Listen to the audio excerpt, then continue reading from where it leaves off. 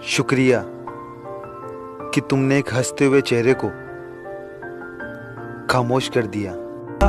पता चला कि गलत लेके मैं जितना मरते हैं तुम पे, क्या तुम भी उतना मर। हेलो दोस्तों, मैं लेकर के आ गई हूँ आप लोगों के लिए शिवानी कुमारी की ये प्यारी सी वीडियो क्लिप, और साथ ही आप लोग देखने वाले हैं यहाँ पर प्रियंका चौहान को भी।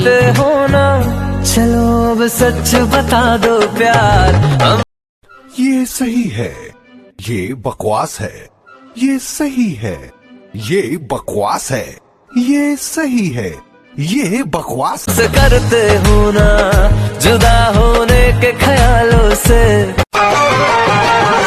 इश्क में हम तुम्हें क्या बता। दोस्तों ये हैं प्रियंका चौहान और हम सभी लोग इनको जानते ही हैं। क्या आप लोग इनकी और भी वीडियोस देखना चाहेंगे? किस कदर चोट खाए हुए हैं इश्क में हम तुम्हें क्या बताएं।